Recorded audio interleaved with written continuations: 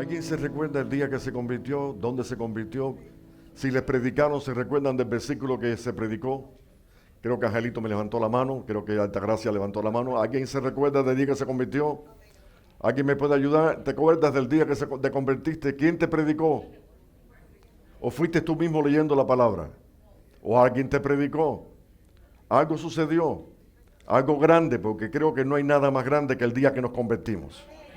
O sea, cuando nos convertimos comenzó la fase del cambio, la fase de la metamorfosis, o sea, el cambio radical de nuestras vidas. Es incomprensible. Cuando nos convertimos somos gente incomprensible, no comprendemos ni qué fue lo que nos pasó. O sea, a veces pensamos, yo nunca pensé, yo nunca tuve en mente o traté de asociarme con la idea de ir a una iglesia y convertirme hasta el día que quiso Dios y dijo, hoy es el día de tu conversión. Por eso dije, para mí es muy importante el día de mi conversión. ¿Dónde me convertí? Yo no voy a dar un testimonio largo, cortico solamente, para no dejarlo con la inquietud de saber dónde me convertí. A veces decimos nombres de nuestro país porque, como yo les digo, ¿dónde fue si no fuera en Cuba? Que yo nunca había salido de la isla. Yo me convertí en una prisión, en un lugar llamado el Combinado del Este, en el edificio número 1, para ser más exacto, son 3 edificios, y en un sitio que le llamaban el depósito. Ahí estuve 38 días en ese depósito, y hubo un día, que yo no sé qué día fue, pero hubo un día que yo no resistí más.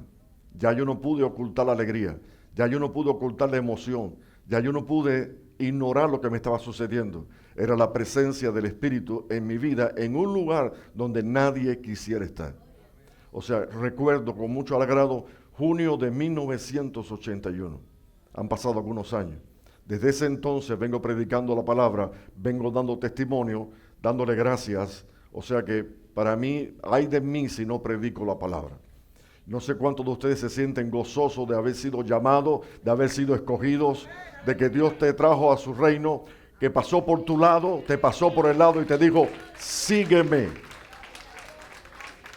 No sé si me entendieron la idea. O sea, estamos hablando de que Mateo estaba sentado en la mesa de los tributos públicos, era un publicano. Decir publicano para esta fecha es alguien menospreciado, alguien aborrecible, alguien que tocara la puerta para pedirte impuestos, impuestos que eran demasiado.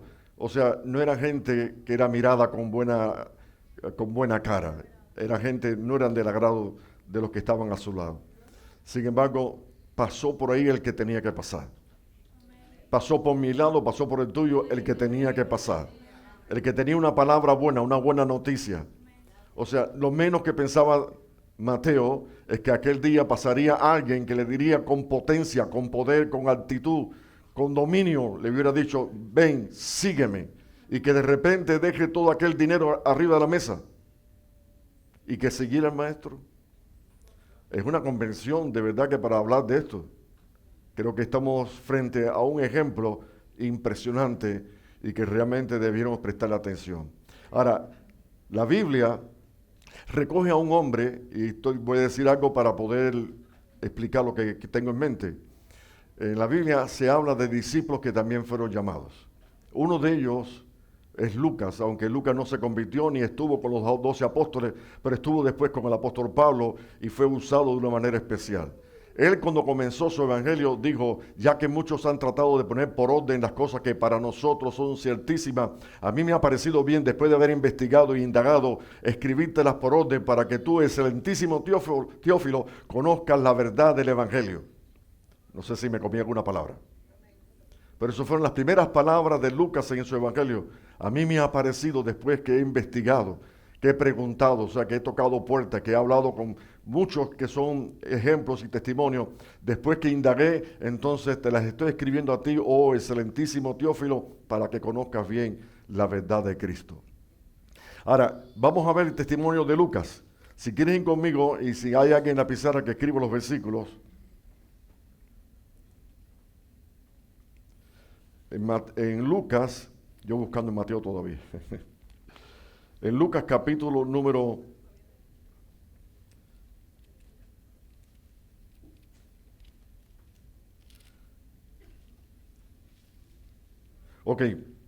Lucas capítulo 5, me disculpan el paréntesis que hice buscándolo, que tengo muchos clickbait puestos y ya les dije que es un parte de un estudio y que lo estoy cruzando con lo que estoy predicando.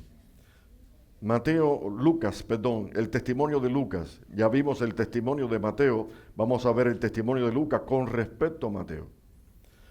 Es Lucas capítulo 5, verso 27. Dice, después de estas cosas salió y vio a un publicano llamado, ¿cómo lo llamaba? Vio un publicano llamado Leví, sentado al banco de los tributos públicos, y le dijo, sígueme. Y dejándolo todo, se levantó y le siguió. Y Leví hizo gran banquete en su casa, y había mucha compañía de publicanos y otros que estaban también a la mesa con ellos. Y los escribas y los fariseos murmuraban contra los discípulos, ¿por qué coméis? Le hacían la pregunta, ¿por qué coméis y bebéis con los publicanos y pecadores? Como diciendo, es una vergüenza que lo hagas.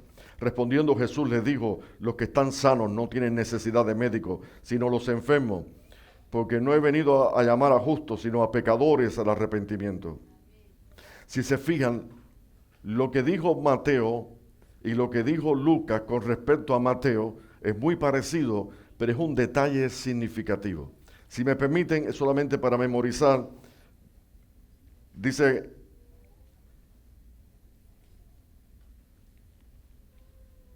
ok, quería que lo vieran conmigo a la misma vez. Mateo 9:9 dice, y ya lo dije, lo voy a volver a repetir, pasando Jesús de allí vio un hombre llamado Mateo. ¿Pero qué dice Lucas? Que pasó y vio un hombre, pero que se llamaba Leví. ¿Se recuerdan? Lucas capítulo 5. O sea, pasó Jesús por el lado de Leví y le dijo, sígueme. Ahora, déjeme llevarlo a la idea que tengo para compartirlo. No es primera vez que yo comparto este pasaje bíblico porque para mí fue una experiencia personal. O sea, Mateo cuando está contando su propio testimonio dice, y pasó Jesús por allí y vio a un hombre llamado Mateo y le dijo, sígueme. Pero Lucas, que indagó y que investigó, dice que pasó por el lado de Leví. Pasó por el lado de Leví un publicano llamado Leví. Mateo dice un hombre llamado Mateo. Lucas dice un publicano llamado Leví. No sé si notan la diferencia.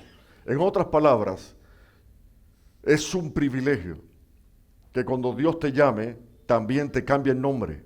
Y es un privilegio que al decir un hombre es uno como cualquier otro que tiene la oportunidad también de conocer al Cristo de la gloria y convertirse en aquel que vino y que de verdad compró nuestra salvación a precio de sangre.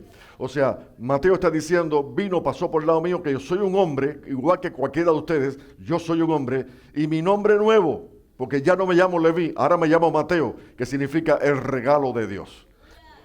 O sea, depende quién da el testimonio. Si alguien va a dar el testimonio que me sucedió cuando me convertí, alguien le pondría algunas palabras extras o le quitaría algunas expresiones. Pero cuando yo voy a dar testimonio, yo pongo mi corazón y hablo de lo que hizo Dios conmigo y lo expreso con sentimiento, con emoción, con alegría. Cuando usted va a predicarle a alguien el evangelio, no vaya con desánimo. No vaya con palabras neutras. Ve con palabras comprometidas. Ve con disposición, ven con emoción, transmítele emoción, transmítele lo que tú tienes en el corazón. La gente necesita el quinto evangelio. No es Mateo, no es Marcos, no es Lucas, no es Juan. Necesitan el evangelio que es el que yo testifico. Y predicar el evangelio a toda criatura. Que creyere y fuere bautizado, ese será salvo. O sea, estamos hablando del testimonio de uno diferente al otro, la misma escena y la misma persona. O sea, Mateo habla de sí, dice, pasó por allí y vio un hombre natural, un hombre cualquiera, un hombre que todavía tiene oportunidades y que el Señor le cambió el nombre de Leví por Mateo, pero Mateo que indagó, pasó por allí y vio un publicano. Es muy diferente decir publicano y decir hombre. Publicano es un cobrador de impuestos, es alguien despreciable, es alguien vendido para lo que es el imperio romano. O sea, está diciendo algo que no es agradable y se llama Leví. Y Mateo corrigió y dijo, ya no me llamo Leví, ahora me llamo Mateo. Le he venido diciendo la pregunta, ¿cuántos recuerdan cuando se convirtieron? Y le hice una pregunta y no sé si alguno me la puede contestar. ¿Se recuerda qué versículo bíblico usó Dios para que te convirtieras? ¿Alguien recuerda algún versículo bíblico cuando te predicaron la primera vez y te convertiste, la palabra te marcó. En estos días, creo que fue el jueves o el martes, ahora no recuerdo exactamente la fecha, yo estoy pasando por una prueba. Yo creo que todos ustedes pasan por pruebas, pasan por dificultades, momentos difíciles. Y fue el domingo, porque me recuerdo ahora que Moisés predicó acerca de que él recibió una palabra. Y yo dije, esa mañana cuando me levanté estaba buscando presencia de Dios. No sé si ustedes se levantan buscando presencia de Dios, hablando con Él como si estuviera a tu lado, como si tú lo pudieras ver, como si lo pudieras tocar, porque el que se acerca a Dios debe creer que le hay, que le toca, que está aquí. No sé cuántos de ustedes creen que Él está en esta mañana, en este lugar. Y entonces me levanté buscando una palabra. Es muy común en mí, es muy algo que repito muchas veces, que yo busco, por ejemplo, al azar muchas veces, pero no como al azar sin fe, sino con fe de que Dios me dé una palabra. Y no me dio ninguna palabra esa mañana, sino me dio un número. No sé si algunos se recuerdan que cuando dije esta expresión. No me dio una palabra, pero me dio un número.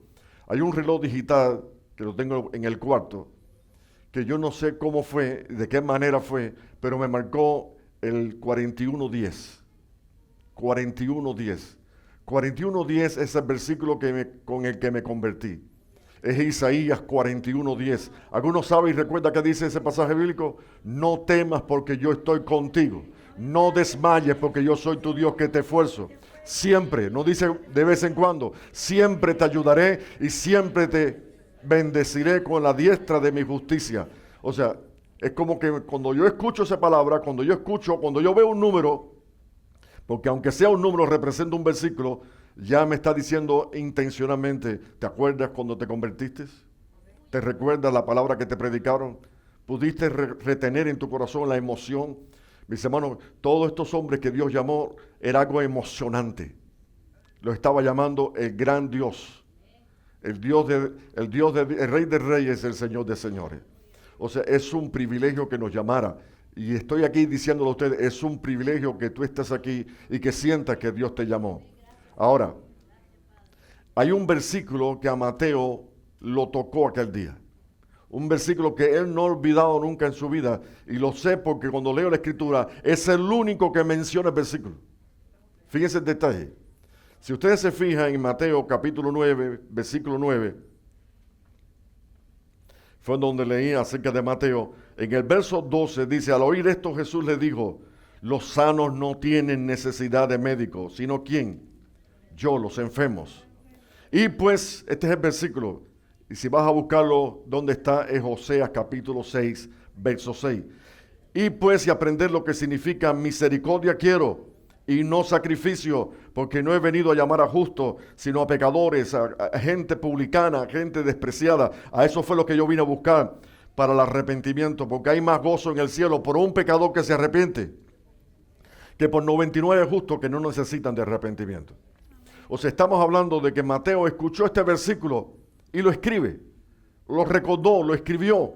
O sea, él cuando cuenta su testimonio, une el versículo que dice, ir y aprender lo que significa misericordia quiero y no sacrificio, porque yo no vine a buscar a gente justa, yo vine a buscar a estos publicanos, a estos que ustedes critican, a estos que realmente reprochan y no quieren aceptar. Yo vine por eso, por los enfermos. O sea, vino por mí, no sé si alguien se reconoce y dice, vino por mí también. Yo no me creo tan bueno ni antes ni después. El único bueno se llama Dios. O sea, Mateo recordó el versículo y lo escribe en nuestra Biblia. Digo mi Biblia porque es el regalo que Dios me dio. O sea que donde único después de Oseas 6:6 se repite este versículo bíblico es en Mateo capítulo 9. Pero es interesante, Mateo tiempo después, días después, no sé si fueron días, si fueron meses, yo sé que es un tiempo después, estaba en un lugar. ¿Y dónde está ese lugar? Quiero que lo vean conmigo en el capítulo 12 del mismo Evangelio de Mateo, porque es Mateo que lo vuelve a contar, es Mateo quien lo vuelve a escribir. Hello, ¿alguien está aquí o se fueron ya? Mateo está recordando las palabras de Cristo cuando dijo, ¿no habéis leído lo que hizo David? Ese es el versículo 3 del capítulo 12, Mateo 12:3. ¿No habéis leído lo que hizo David cuando él y los que con él estaban tuvieron hambre, cómo entró en la casa de Dios y comió los panes de la proposición, que no le era lícito comer ni a él ni a los que con él estaban, sino que solamente a los sacerdotes. O sea, está hablando de que David con sus hombres hicieron algo que parecía abominable, como algo que merece castigo. Sin embargo, en la Biblia no habla de castigo, más bien habla de una aprobación de fe. No sé si me explico o puedo explicar esto. O sea, yo leo que Jesús mencionó lo que sucedió con David y los hombres cuando llegaron al templo, al tabernáculo, y dice que no había comida y estaba la mesa de los panes de la proposición y ellos no podían tomar de esos panes, sino tomaron de los panes y comieron. Y alguno dirá, esto no puede ser aprobado por el Señor. La Biblia no lo pone como desaprobado, lo pone como un principio de fe. Dice más abajo, y no habéis leído en la ley cómo en el día de reposo los sacerdotes en el templo profanan el día de reposo y son sin culpa. Pues os digo que uno mayor que el templo, uno más grande que la mesa de los panes de la proposición, uno más grande que la ley está aquí. No sé si entiende lo que estoy diciendo. O sea, pareciera como que las dos cosas que dijo, los dos términos anteriores, sería una contradicción. Y él dijo, hay algo que quiero decirle, pues os digo que uno mayor que el templo está aquí. Y si supieres, entré en el versículo, dice el verso número 7, y si supieres qué significa misericordia quiero y no sacrificio, no condenarías a los inocentes, porque el Hijo del Hombre es Señor del día de reposo. O sea, volvió a oír, escuchó ese día el versículo con el cual se convirtió. Y esa parte no la escribe, esa parte la menciono yo como que es posible. Él pudo haber dicho, ese es el versículo. Ese es el versículo que yo oí cuando yo me convertí. Ir y aprender lo que significa misericordia quiero y no sacrificio. Ahora, qué interesante. Lucas no menciona eso. Se lo dejo como tarea. Marcos no menciona ese pasaje bíblico. Juan no menciona ese pasaje bíblico. El apóstol Pablo no menciona ese pasaje bíblico. Es solamente Mateo. ¿Y por qué Mateo? Por lo grande, por lo maravilloso que fue para su vida que Jesús dijera estas palabras para interponerse entre los acusadores y el defendido. No sé si puedo explicar mejor eso. Qué bueno es tener a alguien que intermedie, alguien que se ponga en medio entre el acusador y el que es defendido. Ustedes saben que Él es nuestro abogado defensor. Él dice, no te preocupes que vas a hablar cuando fueres llevado a juicio, porque yo voy a poner palabras en tu boca. Alabado sea el Señor. En otras palabras, Mateo se sintió defendido. Él era un publicano, hasta ahí era un publicano. Había dejado ese mismo día la mesa con el dinero de los cambios del cambista. Pero era un día nuevo, un día de luz, un día especial, el día que se convirtió, y las palabras de Jesús para mediar, para interceder, para defender a Mateo, como diciendo, ir, ¿por qué no van y aprenden? Está escrito, ¿por qué no lo aprenden? Ir y aprender que misericordia quiero, dice Dios, yo quiero misericordia y no sacrificios de hombre, porque no vine a llamar a justos, no vine a buscar a hombres que se creían buenos, yo vine a buscar lo que se cree malo, pero que cree y que se convierte de todo corazón. O sea, Dios no llamó a cualquiera, Dios sabe a quién llamó. Voy a repetir, Dios no llama a cualquiera, Dios sabe a quién llamó. Vamos a ver algo que sucedió en Getsemaní. Él fue a orar con sus discípulos, varias veces fue a orar con sus discípulos. La noche que es capturado, que es llevado preso, él estaba allí, en Getsemaní.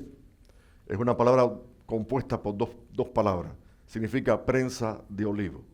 O sea, ahí lo prensaron como si fuera el olivo y de él salió la unción, salió la fuerza, salió el aceite extra virgen. O sea, aquella unción especial. Ahora, cuando él estaba en Getsemaní, estamos mencionando el hecho de que Jesús, cuando habló con respecto a sus discípulos, o sea, cuando dice, porque el Hijo del Hombre es Señor del día de reposo, y si supiera qué significa misericordia quiero y no sacrificio, no condenarías a los inocentes. Bendito sea el Señor. En ningún momento Cristo condenó a ninguno de aquellos que Él mismo llamó, porque es un privilegio que Dios los haya llamado. Estoy metido en ese versículo, estoy metido en esa idea. Estoy expresando mi alegría, mi favor, el favor que me hizo Dios, de que sin merecerlo, Él quiso tocarme, Él quiso que yo lo conociera. Hasta el día de hoy, he servido a Dios durante ya casi 40 años. Desde el 81 saquen cuenta hasta la fecha cuántos años han pasado. O sea, no me ha faltado ni un día, no me ha dejado solo, no me ha desamparado. Alguien me dijo en estos días, fui a una iglesia a predicar y me dijeron esto, un hermano me dijo, ¿por qué el testimonio de cuando a ti se te quemó la casa, por qué tú no lo repites? Le dije, porque eso depende de lo que Dios ponga en mi corazón. Yo debo dar testimonio. Yo debo dar testimonio de lo que Dios hizo con cada uno y debo dar testimonio de lo que ha hecho conmigo. Porque la palabra dice ir y aprender lo que significa misericordia quiero y no sacrificio. Porque no vine a buscar a justos, sino vine a buscar a pecadores. A pecadores, y yo me considero uno de ellos. Y como dijo Pablo, yo soy el primero de ellos, el cual fue perseguidor de la iglesia. Es cierto, cuando yo escribí el libro Para que conozcas bien la verdad, hay un capítulo que le llamo Dios permite los contrastes, las diferencias, Dios las permite. En un día de acción de gracias, un día de noviembre, creo que era el 25 o el 26 de noviembre, ahora no recuerdo exactamente, ¿el 28 fue? Bueno, nosotros salimos de acá de la iglesia, un grupo de hermanos, dimos gracias al Señor, era día de acción de gracias, llegamos a la casa, todo lo normal, todo lo que se hace diariamente, y nos acostamos. Como a las 2 de la mañana aproximadamente, habían gritos de pánico afuera de mi casa y golpes en la puerta, por puñetazos en la puerta, y lo que decían era, hay fuego. O sea, cuando nos tiramos de la cama ya había humo en toda la casa, el humo es tóxico, el humo puede ahogar a una persona.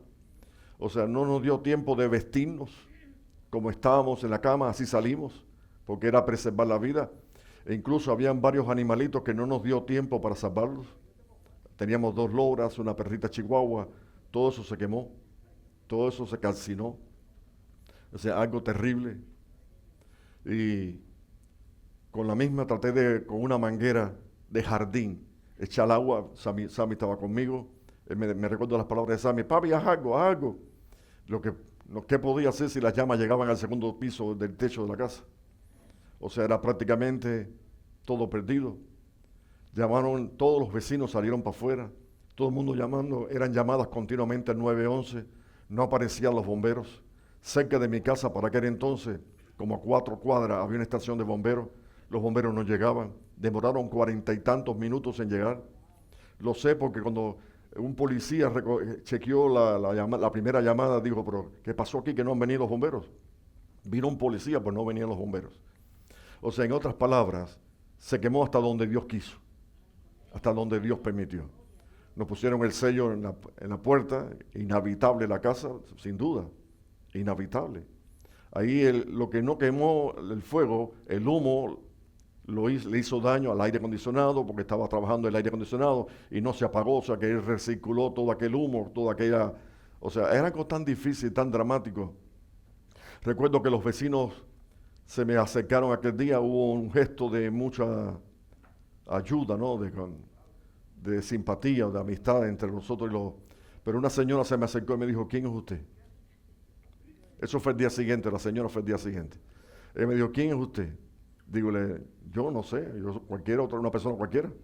Díceme ella, no, usted tiene que ser alguien diferente porque aquí hay 60 personas que han venido a ayudarte sin que tú le pagues un centavo.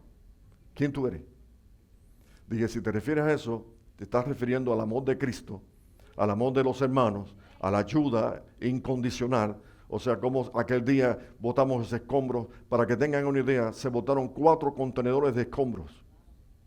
4 contenedores, para que tengan idea del tamaño, de la dimensión del incendio. Vinimos para la iglesia a vivir la iglesia. Creo que los pastores pueden vivir la iglesia. Todo improvisado. Inclusive había un pajarito que se salvó ese día porque mi esposa lo estaba criando ella misma, le daba comida y lo dejó acá porque nos salimos tarde. Dijo, si de aquí un ratico tenemos que regresar, deja el pajarito. Dejar el pajarito es que le salvó la vida. O sea que todo era algo impresionante. Comenzamos a trabajar, hubieron muchos hermanos que nos ayudaron, los permisos de la ciudad para cuando ponían, por ejemplo, la plomería, la electricidad, era un ímpetu diferente, o sea que aquello se dilataba, aquello no era fácil. Recuerdo que en 2 ocasiones, y digo esto los que son cubanos, me disculpan los centroamericanos, digo esto para que se den cuenta, es muy difícil que de Cuba 2 veces me mandaran una ofrenda de $100 cada uno. O sea, cuando yo vi aquello, me dio un deseo de llorar, porque digo, ¿cuántas cosas podría haber comprado con $100 en la isla de Cuba? Y sin embargo, Dios me mostró su amor para con nosotros, en que nos ayudó en momentos tan difíciles. Pero para esa fecha entró aquí a la iglesia una hermana allá, que decían, ayúdame si se recuerdan, Conchita, gracias. Mira, el hermano se acordó de Conchita. Yo nunca me he olvidado de Conchita, sino que tengo problemas con los nombres, y si pasa mucho tiempo me cuesta trabajo recordarlo. Pero estoy ahora diciendo algo que testifica y que muestro mi gratitud para Conchita. Mi esposa estaba sentada más o menos por ahí por Tachirino, ella pasó por el lado y le dijo seriamente, busca una casa porque te la voy a comprar. Mi esposa se rió. Es como Sara cuando escuchó de que iba a tener un hijo, se rió. Porque dijo, es imposible que yo a esta edad pueda tener un hijo. Pero ¿qué pasa? Que lo que para Dios, para ti es imposible, para Dios es posible. Y entonces, cuando estamos yendo para la casa, me dice mi esposa, Conchita me dijo que buscara una casa que la quería comprar. Y me dijo, ¿y qué tú crees? Digo, no pides nada. Tú no sabes si es Dios o quién es. No yo todavía no sabía quién era Conchita, vestía muy humilde, muy sencillo. Yo no pensé que tuviera tantas propiedades. Y resulta ser que al siguiente servicio le dice, ¿ya buscaste casa? Dice, bueno, no sé por dónde empezar. No sé cuál es el presupuesto, no sé cuánto. Y ella dijo, tiene que tener 3 cuartos como mínimo, tiene que tener un espacio para que el pastor parquee el bote, un botecito que tenía. O sea, todo ella lo planificó. Y llegábamos a un sitio donde había más o menos las condiciones, pero que estaba muy cerca de una carretera de mucho tráfico, una avenida de mucho tráfico. Es la mía. 8 años viví yo ahí por no cogerla ahí. Fíjate cómo se conectan las cosas, ¿verdad? Y ella dijo, no, esa no, porque esa está muy pegada al tráfico y los niños es un peligro.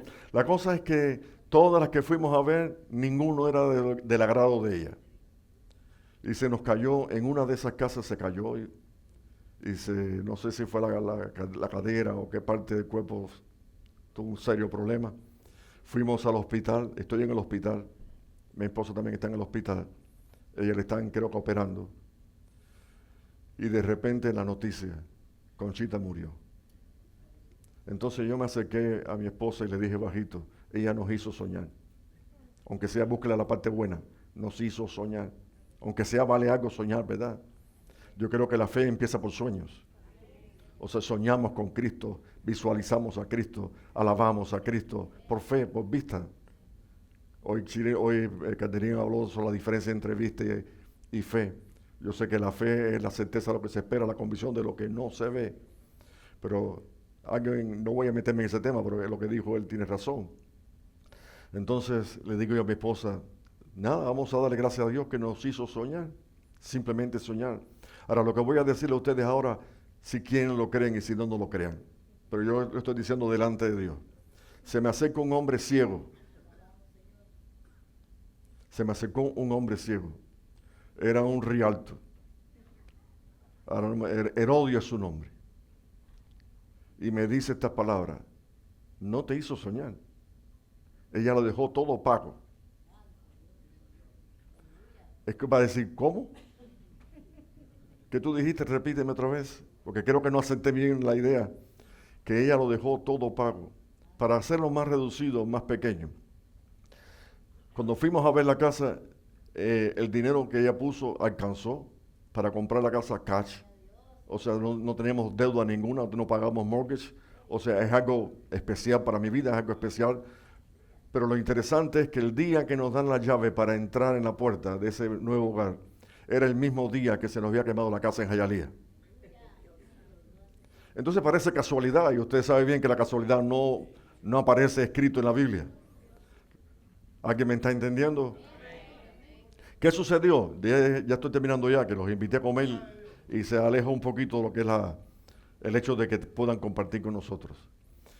Hace poquito tiempo, hace un año más o menos, sí, un año, en noviembre del año pasado, estamos para acostarnos a dormir, son como las 2:00 y pico de la noche, terminó el noticiero, las 2:00 y pico, y una alarma de mi casa de fuego se disparó. Nosotros tenemos un problema, o yo tengo un problema, que cuando yo escucho una alarma de fuego, yo salto. Estoy en posición de combate. Hay que buscar de dónde sale la peste esta. Aquí nadie duerme. Y entonces después que buscábamos y buscábamos y buscamos, nos volvimos a acostar. Pero como a las 2 de la mañana suena otra alarma, nos sonaron 2 alarmas. No es una, son 2. Y yo, esto está serio. A esa hora busca arriba, busca, súbete al techo, busca abajo, sale afuera, por dentro, por fuera, por todas partes. No hay fuego. Entonces nos sentamos para hacer vigilia en la cocina. Hay veces que tú no haces vigilia y Dios te pone a hacer vigilia. Vigilia de oración. Porque lo que estábamos haciendo es orando. Porque nos preocupaba aquella segunda alarma con 2 alarmas a la misma vez. Y entonces estoy hablando con ella y de repente ella suelta una expresión de asombro y me dice, mira. El mira era un señalamiento a una nevera, a un refrigerador que tenía puesto la manaque de las fechas. Y me dice, ¿sabe qué día es hoy? El mismo día que se nos quemó la casa. ¿Y sabe qué? O sea, el día que se nos quemó la casa y a la hora que se nos quemó la casa. 2 y no tanto de la mañana. Les pregunto, ¿será casualidad? ¿Por qué están tan serios ustedes? Estoy quedando bien con el hermano que me dijo, deberías dar tu testimonio de vez en cuando. Yo creo que Ivania, fuiste a Los Cayos una vez y yo prediqué y testifiqué sobre eso mismo y después Ivania quiso conocerme. Así que Ivania han pasado algunos años ya de eso. Les invito a estar de pie.